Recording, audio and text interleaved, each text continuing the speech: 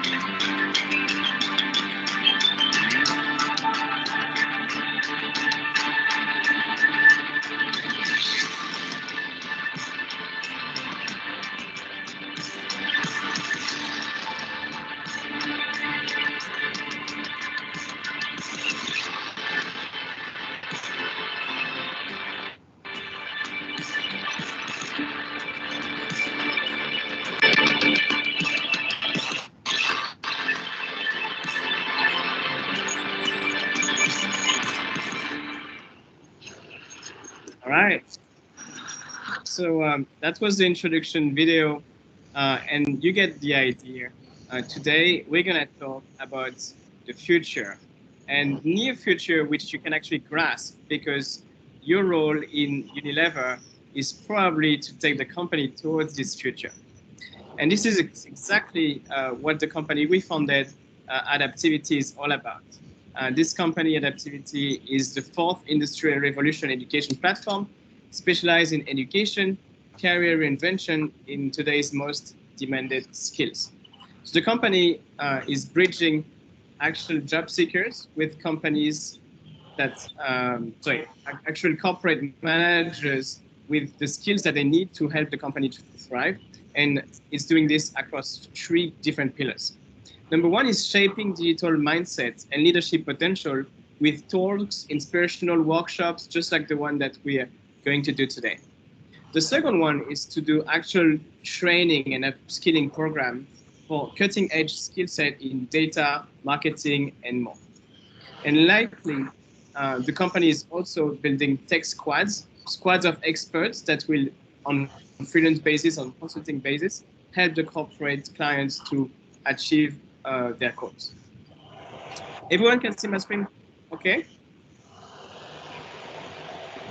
Yep. Right. So we're gonna get to today's agenda. Today we're gonna talk about changes and changes that will occur during this decade. And I started to do this speech and this presentation actually in 2020, but we're already in 2021 and we're about to get into 2022. So all of this is not the far future 20 years from now. It's literally this year, next year, and next 5 years. Okay, so these very practical, very, very important insights that you need to grasp as being the leaders of Unilever. Technological changes will be the major things we're going to talk about today, but there is also climate, political, and social changes which leaders like you need to take into consideration as part of the transformation to the company to be winning markets. And lastly, I've prepared a nice bonus for you guys. It's a framework that you can take over and apply to your team during a workshop that you can do internally. And I hope this will be useful. This is a teaser of the workshop. I call it the test bed. If any of you are familiar with the pastel matrix framework from consulting, it's going to be something similar. Before we start, I just want to, disclaimer, because I know attention is such a rare commodity these days.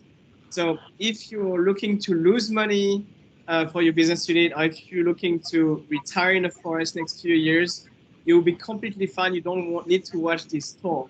You can just, do something else, open your Facebook newsfeed. But if you do, look to be really rationally agent, looking to survive and thrive during the fourth industrial revolution, is going to be something interesting. So, as you know, our generation is seeing drastic changes in the world. I mean, think about this. We are talking together at probably 1,000 kilometers away, online, completely remotely, and I have a suit right now being at home in my own place. This is weird, but this is the future we are in right now. In 2 years, we got the iPhone that came in for the first time, and that completely revolutionized how we live, meet, work, and get together. Another big thing that happened during this generation is the price of the flight ticket. If you can really grasp it, it's never been that cheap to travel from Bangkok to Singapore to Paris to London or New York. It's something that our grandparents would have dreamed about, and us, we had the chance to grasp it until COVID happened. E-commerce is also a major innovation, right? Buying something with a few clicks and getting it delivered to your doorstep, this is like magic, right? And e-commerce have revolutionized completely all the landscape of the economy. But also the extended application of this e-commerce and digital applications. If you think about this, we've got more than 15% of the weddings today that are happening resulting of Tinder and other dating apps. So not only the way we consume products, we get around and we communicate have been disrupted. The way we meet and engage with other people in the society have been greatly disrupted last 10 years thanks to these apps. And lastly, e-commerce and live stream, right? Today, we're spending more time watching live streamers than watching TVs, right? So this is something that our grandparents don't even understand, right? Why are you watching your phone? Why the TV is on your phone, right? So our world like really changed last 10 years. And this is not going to stop. Our generation will continue to see more and more drastic changes. And those changes are going to be more and more, I would say hardcore, but I'm trying to find another term. Those changes are going to be really hard to swallow. And I think we already got the grasp of it with COVID-19, right?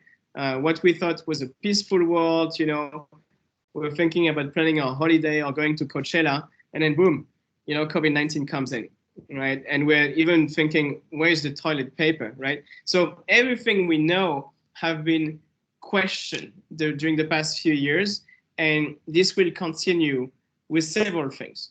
Number one is the implication of robotization and AI in our jobs and around us. And we might not have realized it yet, but this is already ubiquitous around us, and we'll get to that in a minute. Another big trend is really the climate, right? And this year is the year with the most wildfire in the world. You can Google that. It's been a very big year. We've lost a lot of forest, and climate events are going to continue more and more, and that will impact the P&L and businesses of companies like Unilever. So you need to take that into consideration. And lately, the whole society is going to be more resilient and adapt to all these changes, technological change and climate change, and maybe another pandemic, who knows, right? So we're being propelled or catapulted into the future right now. It's a very exciting decade, telling you. Towards 2030, there's a lot of really interesting stuff that's gonna happen, and for you to be defining how to react to those events, how to adapt and be resilient to it. As John Holdren, the senior advisor to the President Barack Obama on science and technology issues, said, we basically have three choices, just three: mitigation, adaptation, and suffering. And it's not like we can choose. We're actually going to have to do some of it. I'm pretty sure Unilever have suffered from the lockdown into the sales, for example, and the GMVs have probably dropped.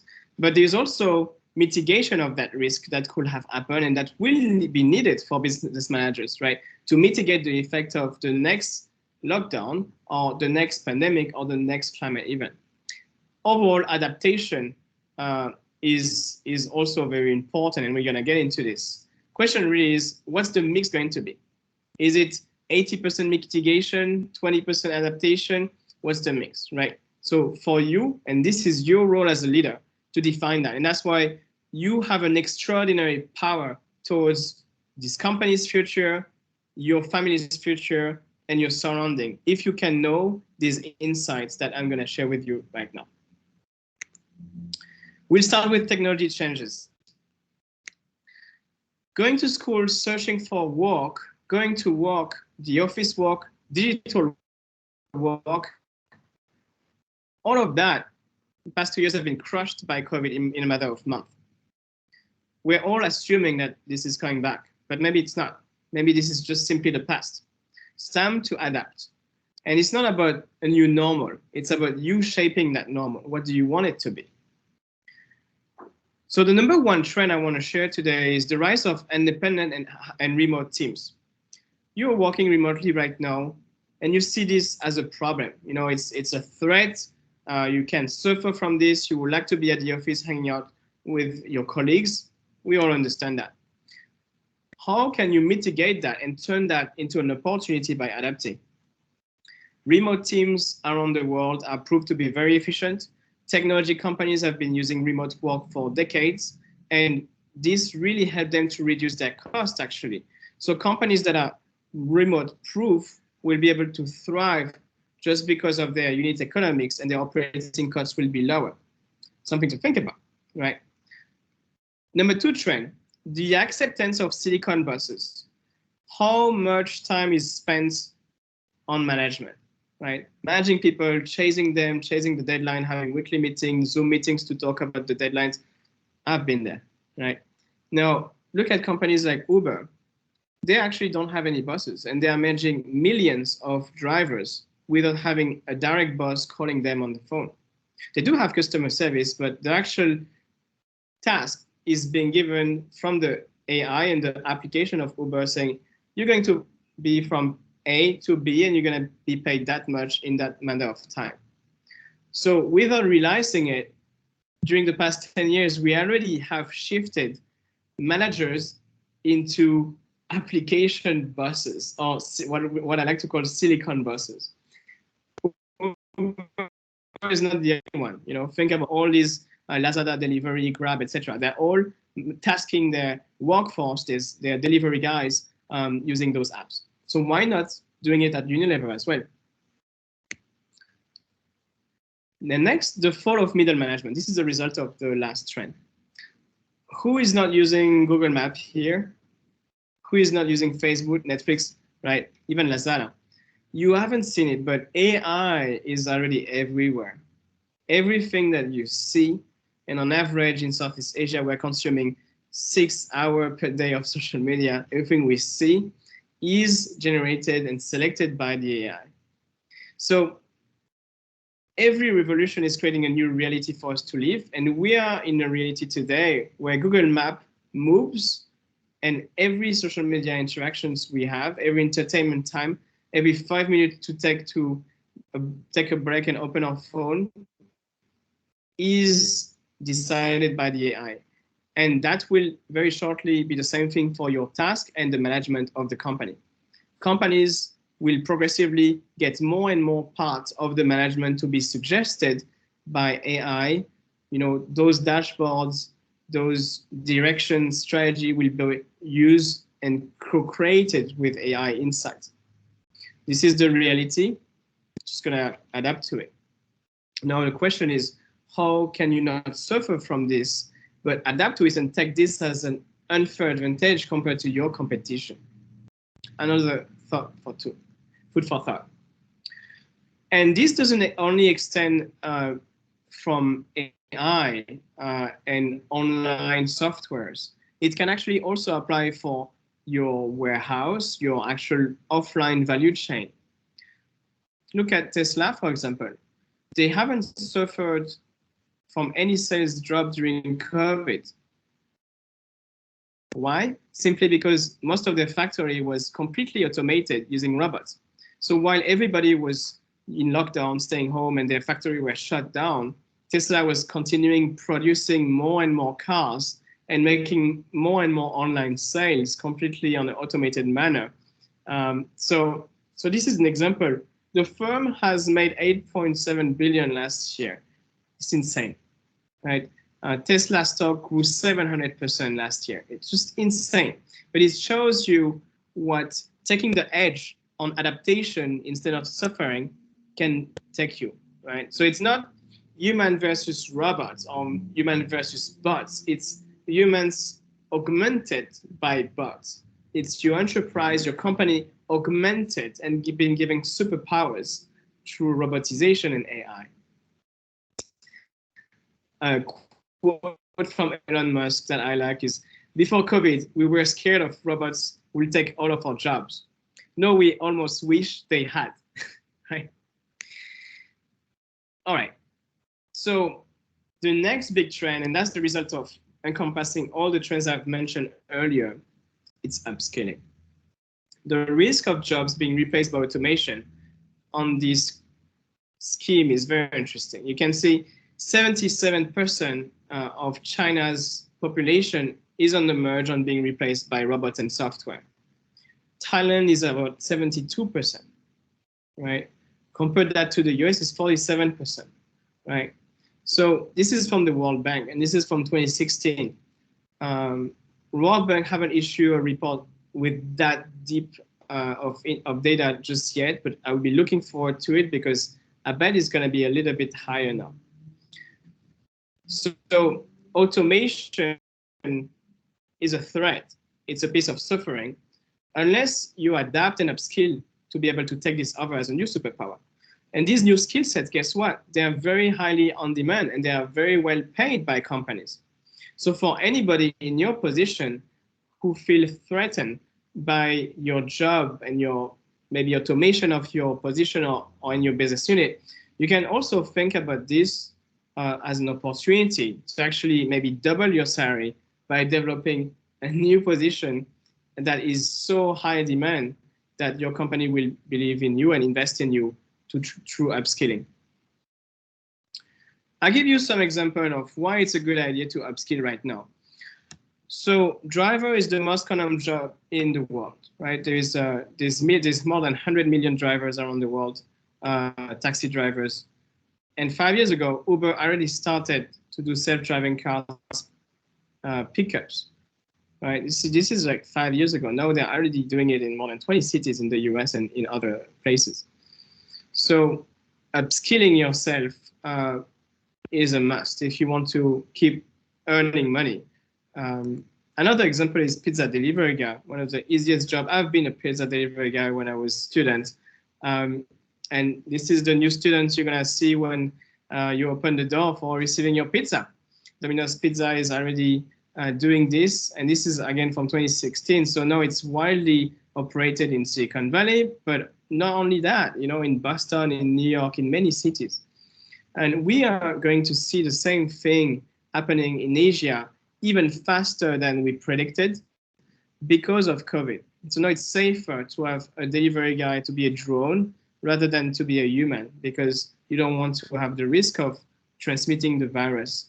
So these innovations that we were just thinking about and dreaming about 5 years ago for niche usage are now going to become mainstream. Another example is musician. Surprisingly enough, I think it's 10-15% of the music on Spotify today is generated by AI somehow. I invite you to scan this QR code if you want to learn more. I wrote a piece about AI today, and this is an example. You can check it out on Spotify. Emily Owell. This song is completely made through AI. So yeah, musicians as well should reskill themselves and maybe learn to use AI to produce music, right? Maids, also a job that you thought will never be replaced. I mean, look at that. And from countries like Japan, which have a deficit of young people and they have a real demographic problems, you will see those robots adaptation of the market to be coming quicker. But this is here, and this is Japan. Builder, anyway, policeman, crazy stuff, you get it. This is Star Wars, all right? And this is not Star Wars in the movie, this is Star Wars in your parking lot, all right? So when you know all that, you can freak out.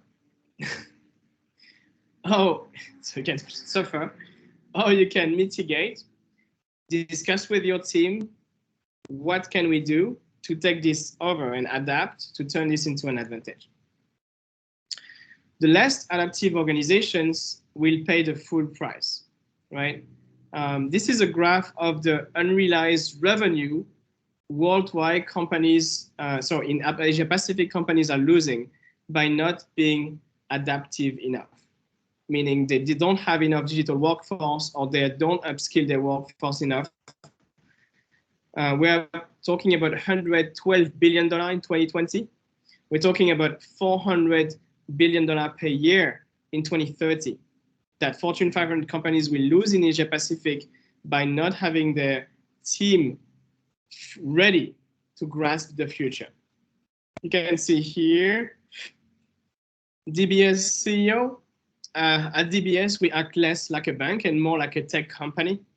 This was 2 years ago. They have hired thousands of engineers since then. You get the idea.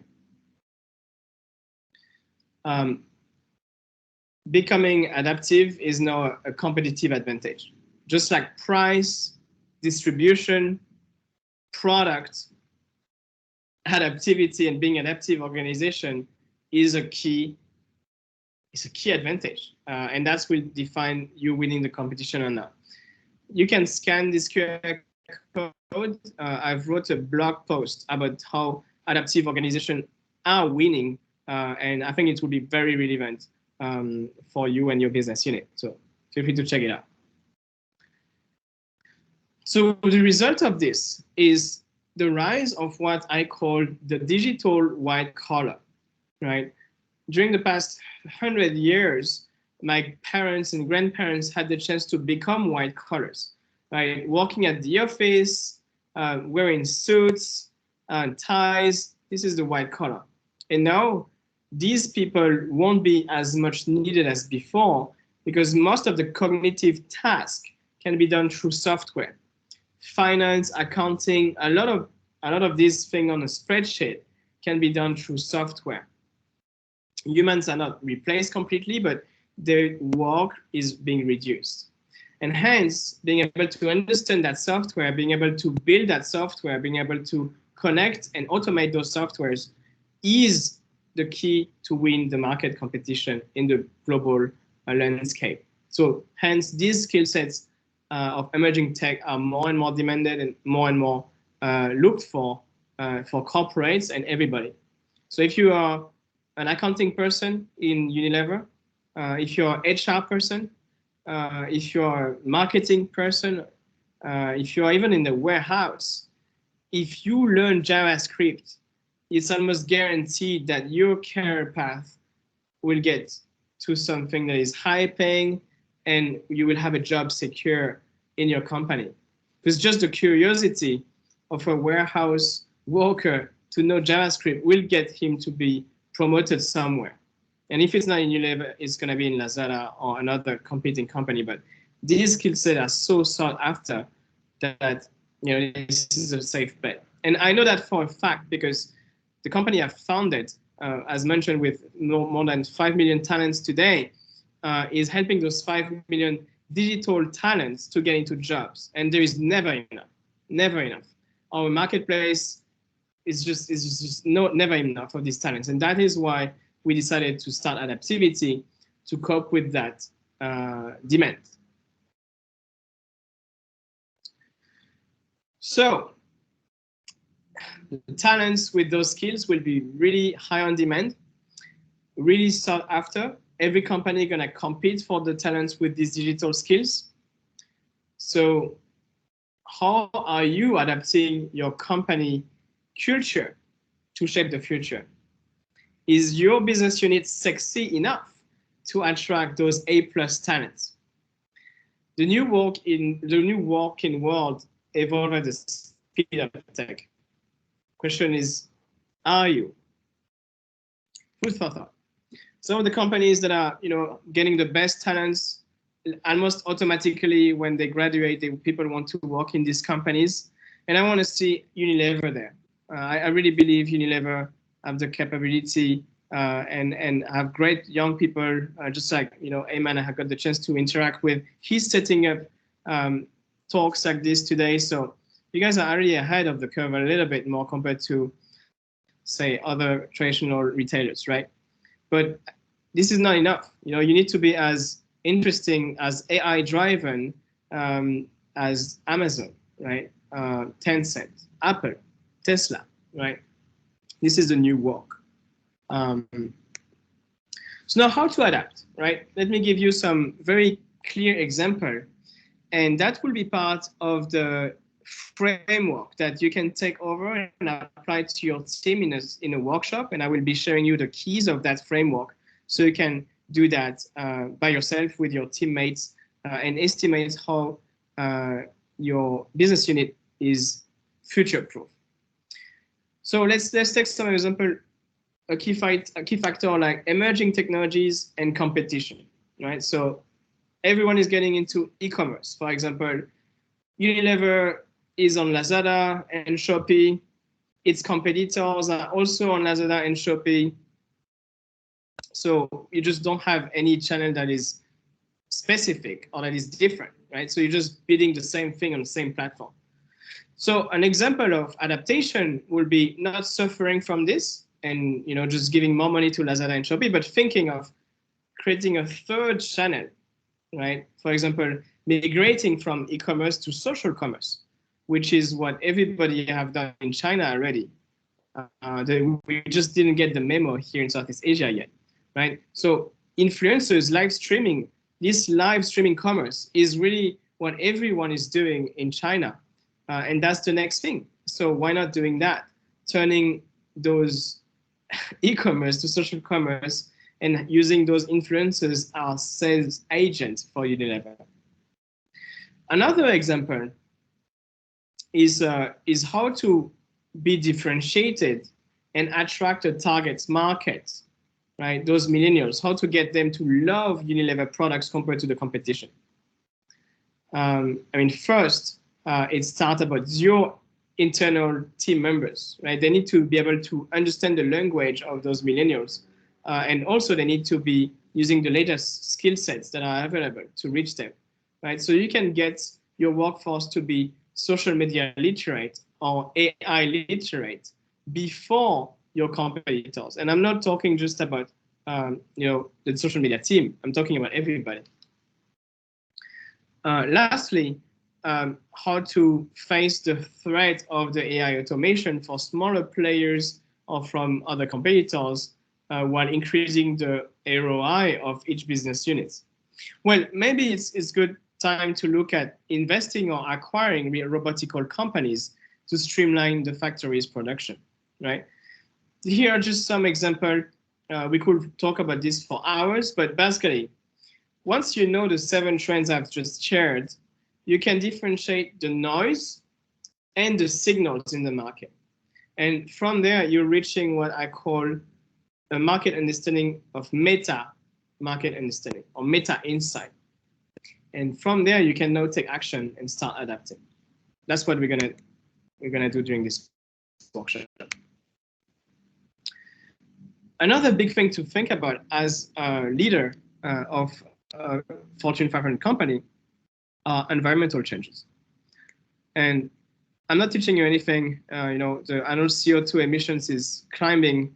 I mean, this is crazy. If you look at this graph on the left from the World Bank, but the actual result of that is not just things like, oh, it's going to be more hot, we're going to eat more ice cream. It's the extreme temperature and extreme events that will occur and that already have occurred, for example, this year with wildfires, etc.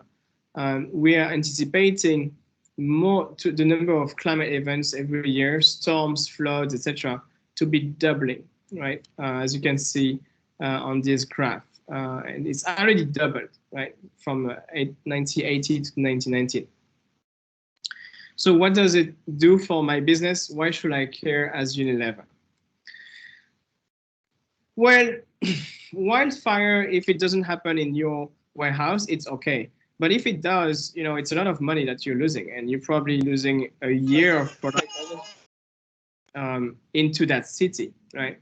Hurricane, biodiversity loss, insects, crop loss, migrations, all these factors seems pretty high level, but actually they are really going to impact the growth of the company in Thailand, probably by more than 30% next coming years, right? And just look at COVID-19, right? But the disease that was expected to come this decade was actually malaria, because there's so many insects in Thailand and Southeast Asia that malaria, just the push of insects from climate temperature increase would have got malaria to be even more deadly than COVID-19. So you need to be ready to anticipate those things, right?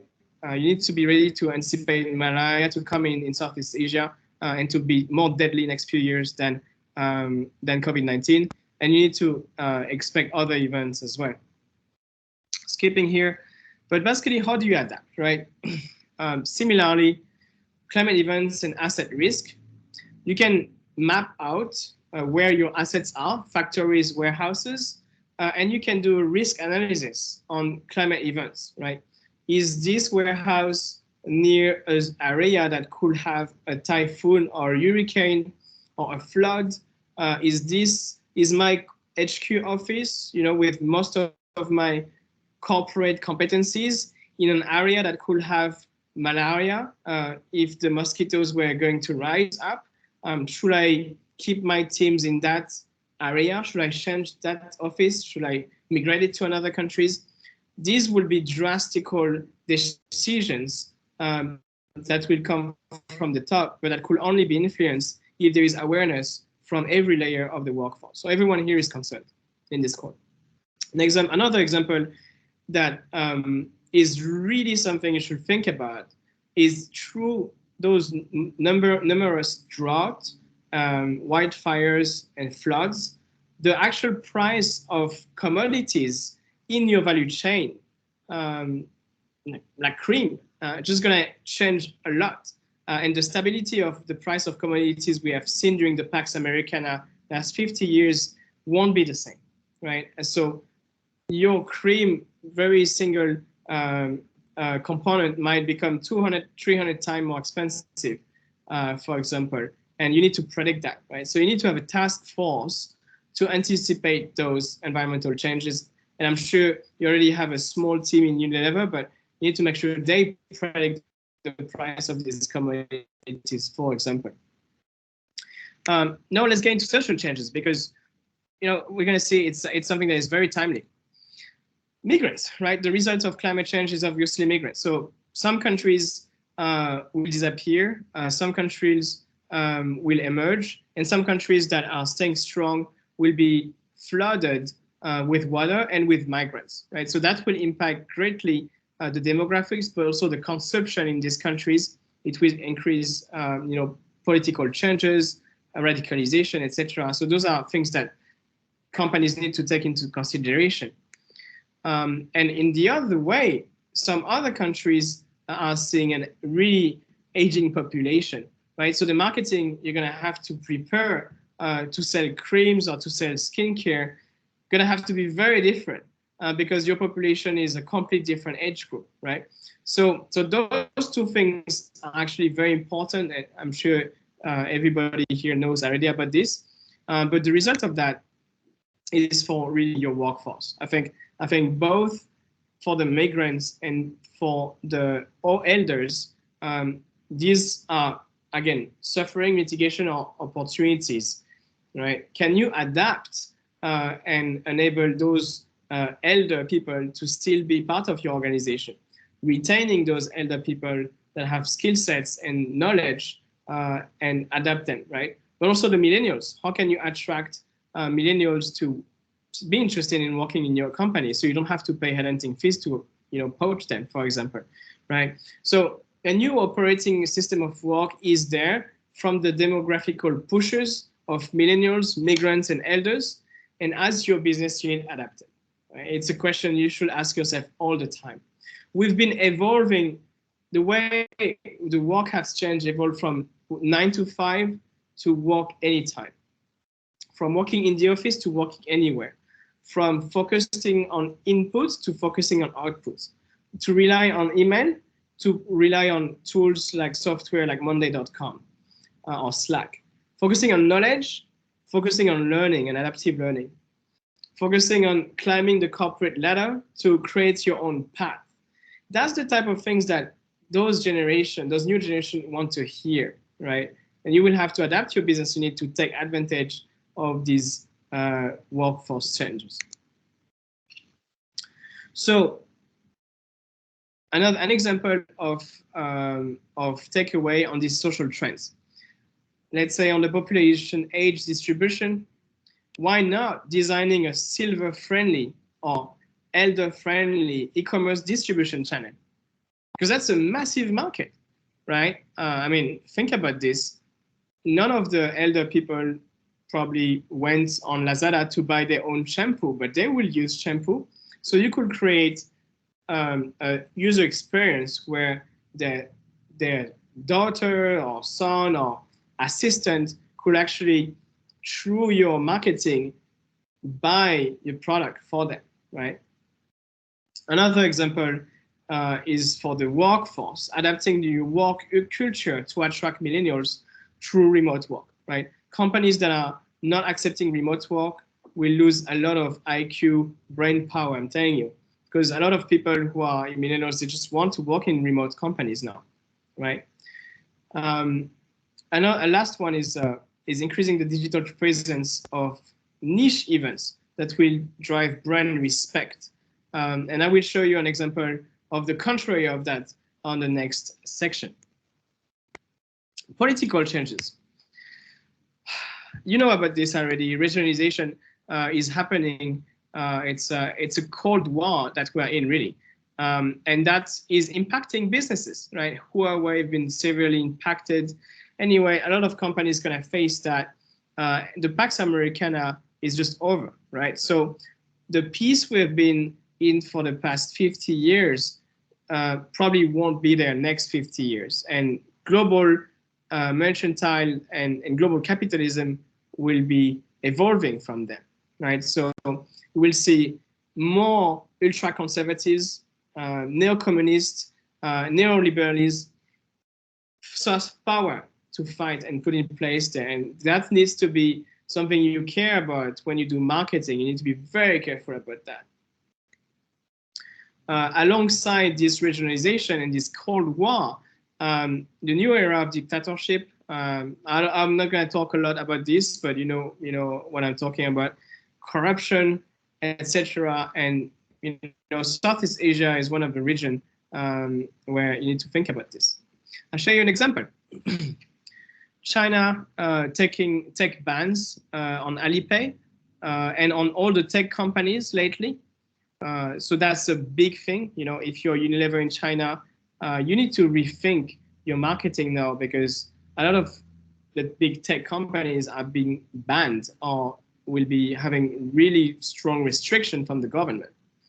Another example is TikTok, banned from India, right? So if you were using TikTok as a marketing channel, you need to reconsider that. Now imagine if you were using, if Facebook were about to be banned, and that was something that was on the question last year after Facebook, Zuckerberg were talking about putting the Thai government into legal courts for putting pressure on Facebook to close a Facebook group about the king.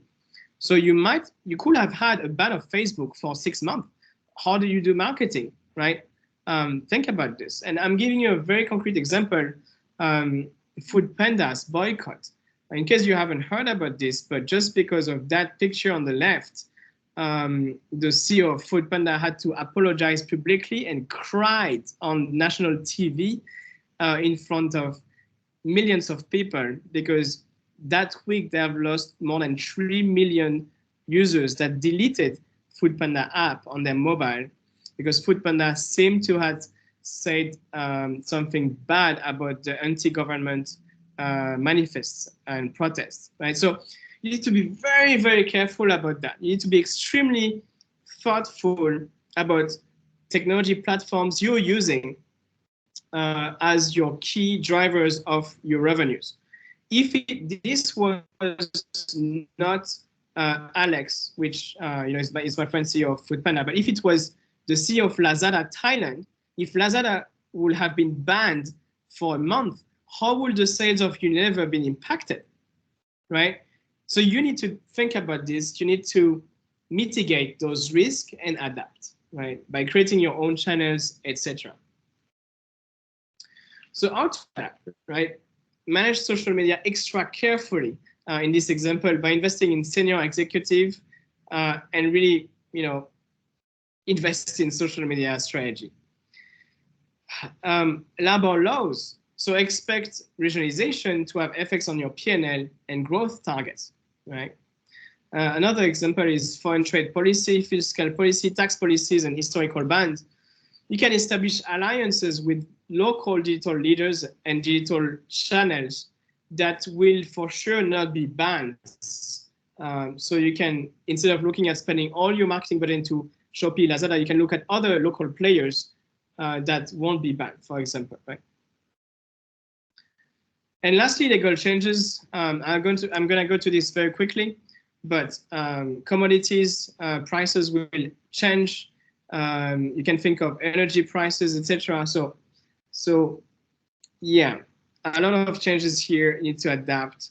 Now, the last big part is carbon taxes. So it's something more and more businesses are thinking about.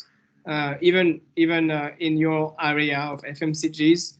Apple is not that they just got an idea of becoming green suddenly.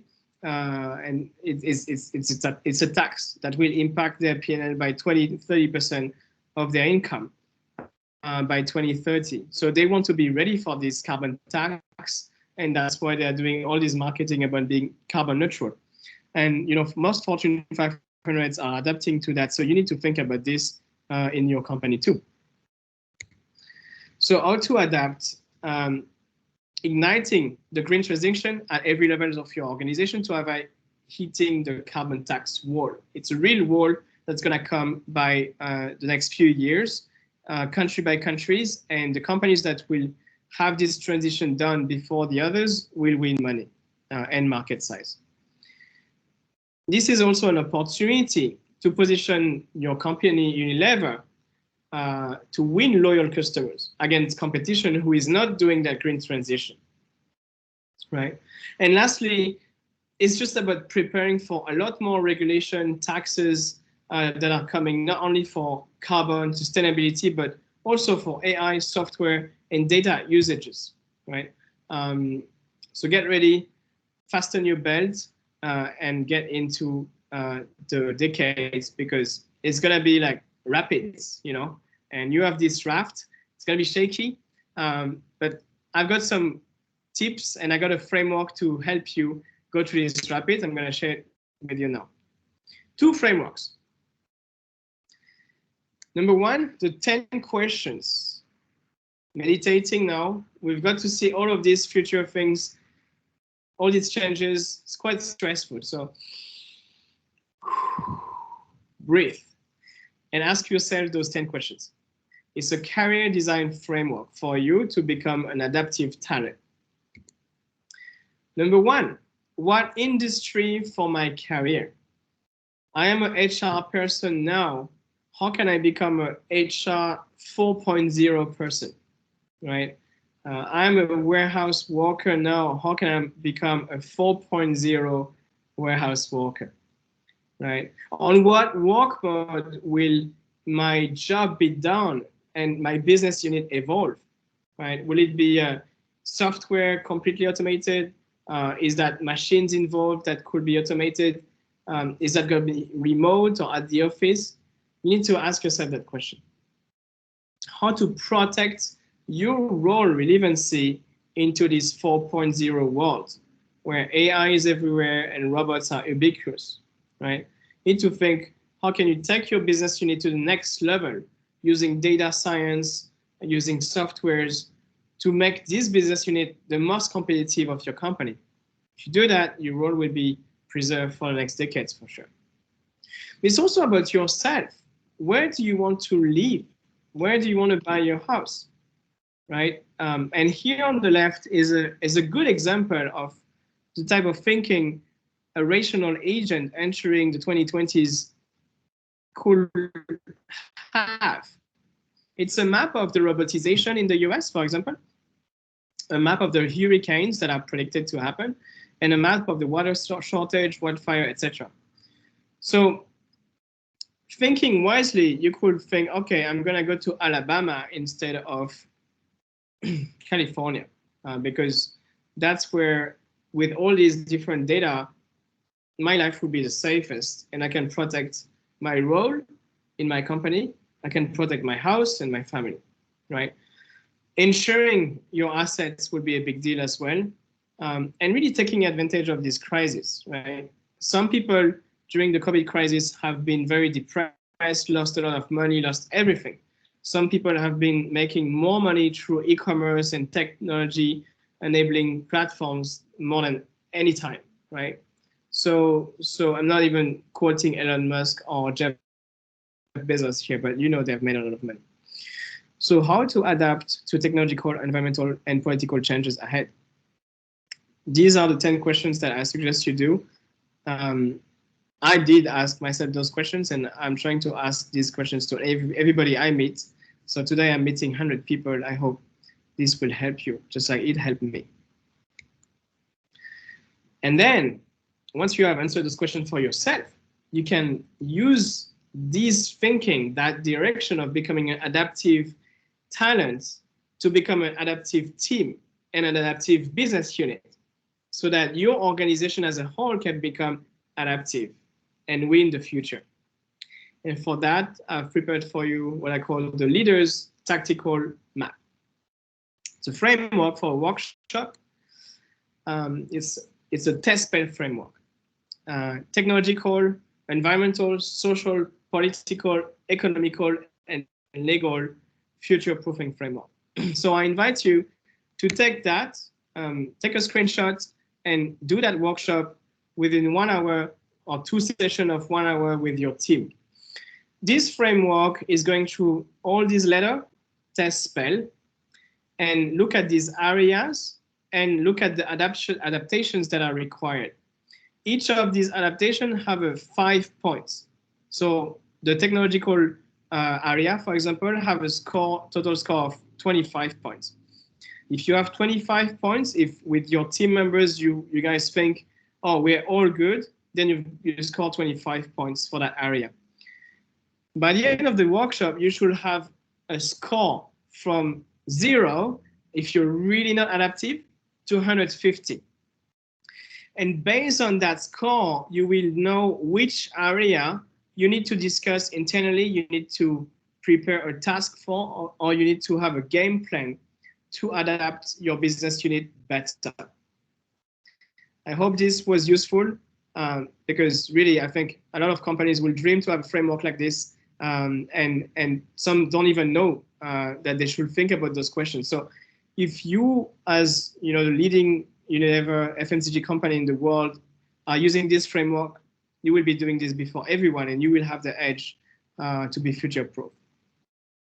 I pause on that a few seconds, so if you want to have a screenshot, feel free, and then we're gonna wrap things up.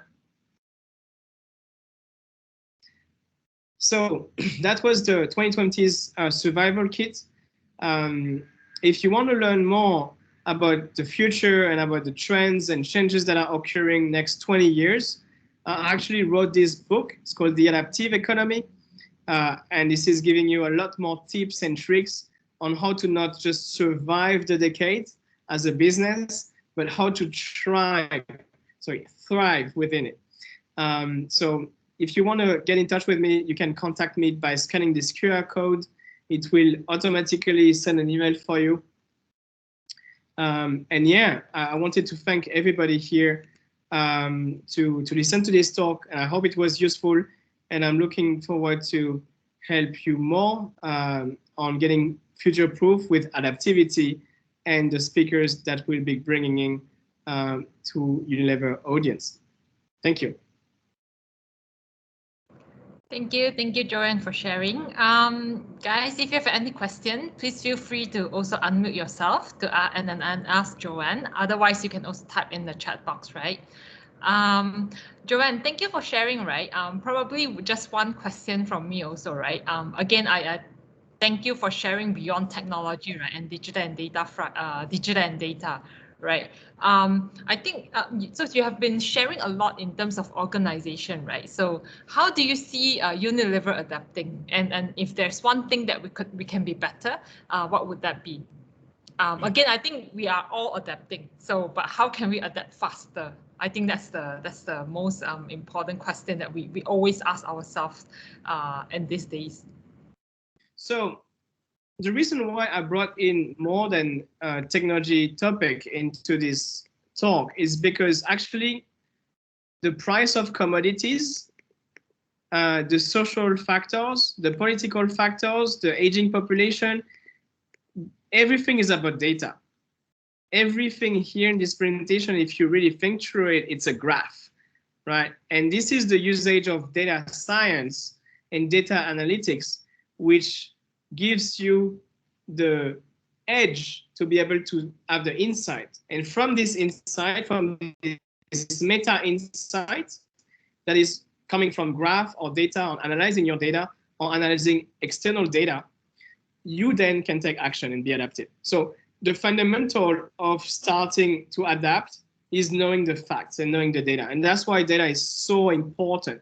But while most of my talk, I usually talk about data science inside the company for revenues, I wanted to extend today the usage of data from external data from the test bed, right? The environmental factors outside of just the organization, because they will also play a major part. So it's not just about the BI dashboard with Lazada and Shopee revenue. This is not just that. Data science is not just that. Not anymore. It's also data about the price of commodities that are the ingredients for your supply chain. It's also the data about the demographics in the country we are in. It's also the data about how your brand is appreciated by the local audience on social media. And you've seen it in Food Panda here. Political factors and those data have been really impacting their business. And we're talking about something that was last month, right? So usage of data is really across all the board. It's not just e-commerce. And that's what I wanted to share with this presentation. It's the fundamental thing to get the meta insights so you can then start adapting. Thank you, Joanne, for sharing. Very good insight. Guys, do you have any question? Feel free to unmute yourself. Or you can also chat and leave the message on the comment section, right? So I can read it and reply to it. Yep.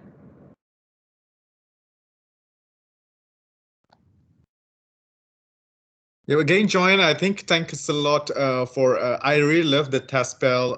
It makes me thinking also from HR perspective, right? Normally we will just go into the reactive mode when we have issues or whatnot, but with this framework, it's more about like what you say. I like it. We put it. I was just chatting with Sumin as well and telling her that we can put it as mass. So mitigate, adapt, and also suffer. Right.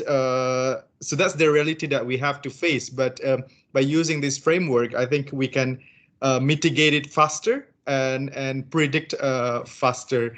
As well. So not a question from me. I just would like to thank you about on the test spell that I will definitely use after this. And thanks a lot for sharing beyond technology as well. Yeah. Thank you. There is one more question actually from Upar. Do you predict the future trend where knowing basic programming language like Python is one of the required skill sets, or that will make a person significantly stand out in the talent market? That's a very good question. You know, I've been preaching on stage many times about learning tech skill sets.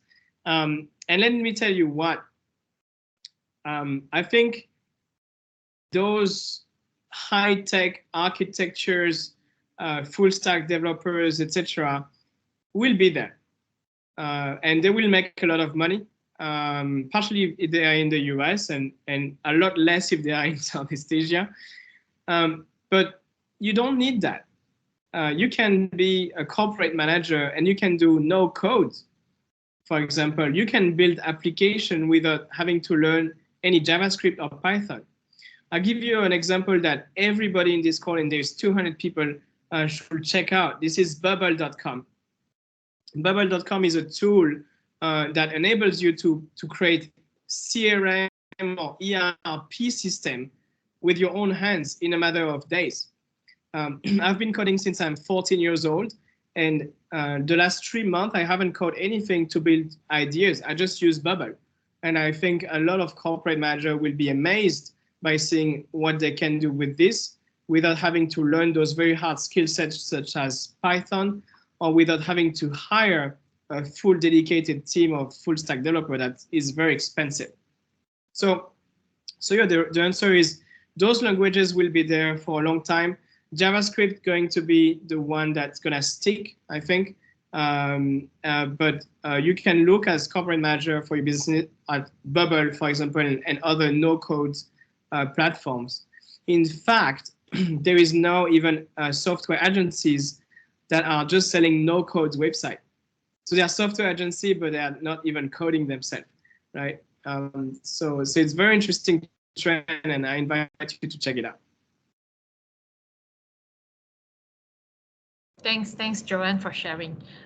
Guys, is there any other question? If you don't have it now, feel free to also then continue to type in the chat box. If you have it like tomorrow or a day after, I could probably then reach out to Joanne after this session. I hope, Joanne, you also don't mind if there's any other question post this session, right? Is it just me? I think Joanne is disappearing. I'm here. I can hear you. Okay. Good. Because I only see Ayman here now. Again, thank you so much, Joanne, for sharing. I hope, guys, you have a very good Friday and you find this very useful for your digital and data learning. So thank you again, Joanne. It's 4 o'clock now, so we will wrap up this session. Guys, if you have any other question, again, like I mentioned, just feel free to type in the chat or just send it to me directly.